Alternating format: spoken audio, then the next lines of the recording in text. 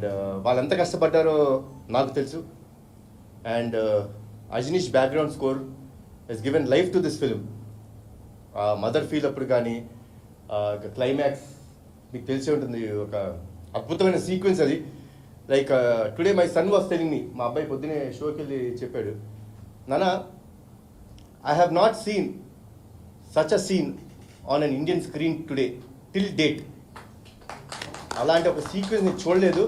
కొంచెంసేపు నాకే ఇది నిజంగా జరిగిపోయిందా, ఏం జరిగింది అని చిన్న షాక్లో ఉండిపోయాను నేను. నాకు చిన్న షాక్ గురైపోయాను.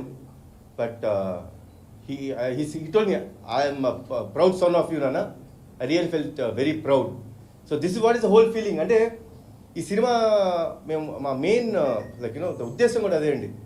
మన తల్లిదండ్రుల కోసం మనం ఏం చేసాము, ఎంత చేసాము, ఎంత త్యాగం చేసాం, ఇవన్నీ ముఖ్యం కాదండి. వాళ్ళ పట్ల మనం ఎంత బాధ్యతగా బిహేవ్ చేసాం, వాళ్ళ కోసం మనం ఎంత దూరం వెళ్తున్నాం అనే ఒక చిన్న ఏమనుకుంటారు మీరు, లైక్ హితబోధం అనుకుంటారా, లేకపోతే ఒక ఇట్స్ మన ఒంట్లో ఉండే ఒక నేచర్, దాన్ని బయటికి తీసుకొచ్చి మీరందరూ తల్లిదండ్రులతోని అందరితో ఇంత ప్రేమగా ఉండాలని మనస్ఫూర్తిగా కోరుకుంటున్నాను.